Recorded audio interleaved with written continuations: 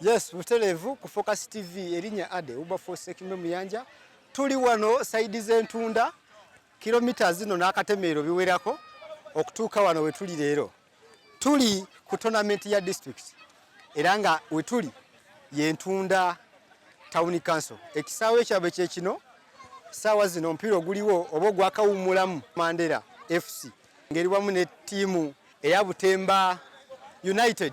Tugenda kubanga tulaba omupiira guno ng'egyo tambula naddala ekintu ekisinga obukulu ennyo bibannaffe aba Butemba okubeera nga bakola ttiimu ebagatta nga constituency. Ttiimu eyo eri mu kuvuganya neya era nga bagiyita Mandela FC. Bingi nnyo ebigikwatako nga ttiimu ebyogenda okuwulira n'ebyogenda okulaba okuva mu bazannyi ab'enjawulo. For now tugenda mu maaso nabo. Webuzibidde olunaku lwa leero nga ttiimu eno yeekulembedde ttebo mu tournament ya Kyankwanzi District League oluvannyuma lw'okutandika ne ginnaayo eya Butemba United n'egikuba ggoolo 4-0. Omupiira guno gugyongedde ettutumu era ne basuubiza okukolera ddala obulungi mu tournament eno. Ogiwagidde ddala ki? Akamala nayo emyaka 2 ba ttiimu mpya. Ttiimu eno ogyagalako ki? Kwawukana ku ttiimu? Ttiimu eno kyenjagalako epromotinga ebitone by'abaana abato okwawukanako ku ttiimu eziriwo endala. Ttiimu endala zikotogera ebitone by'abaana abato. Naye kati eno eyaffe neya Mandela etutumula abato tulabika nti ebaza ku level endala. Kiki ogamba bannantunda mu Lusoga tukobere? abantu b'entunda mbasaba muwagire ttiimu ya Mandela, ttiimu ey'Isanu, ttiimu ey'Emirembe, ttiimu erina buli kimu. Niwo banga tukobe oli muwagizi ofunyemu obuzibu osobola okwiddayo ne yakuyamba, oba oli musambi oba oli ki, aye kasobola oli wa Mandela ekuyamba buyambe. Kasita oba ng'oli wa Mandela giwagire ttiimu ya Isanu.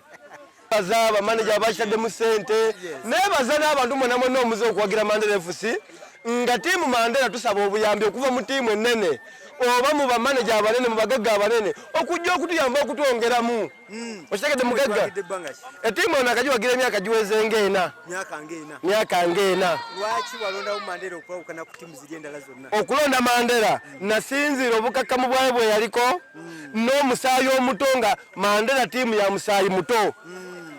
Kyekyampaliriza okuwagira Mandela FC. Aye kobera bannantunda bannakyankwanzi okongera okuwagira Mandela. Banamba kobera amazima ntuufu bannakyankwanzi, bannantunda, bannakigando, bannahoima, bannamunemo n'omuwulire omuzindaalo guno kwendi. Muwagire ttiimu Mandela. Era ngenda ku mwezi ID tuli kujja Hoima. Nga mukaaga ogwokusatu tuli kujjawa? N'olwekyo ze mpagira muna abantu mwide tukunge tuwagire Mandela mwide district n'amalene waye ejewagire ki? Ejewagire Mandela. Ekyampagiza Mandela ttiimu eyagaliza. Kyekyagimpagiza eyagaliza. Nalaba nga ttiimu gyesobola obeeramu eyagaliza ye Mandela. Nensalawo nenjegatako. Niwobeera ng'ofunye obuzibu ng'olimuwagiza ba Mandela bajjanga ki? Gulupu bagaliza.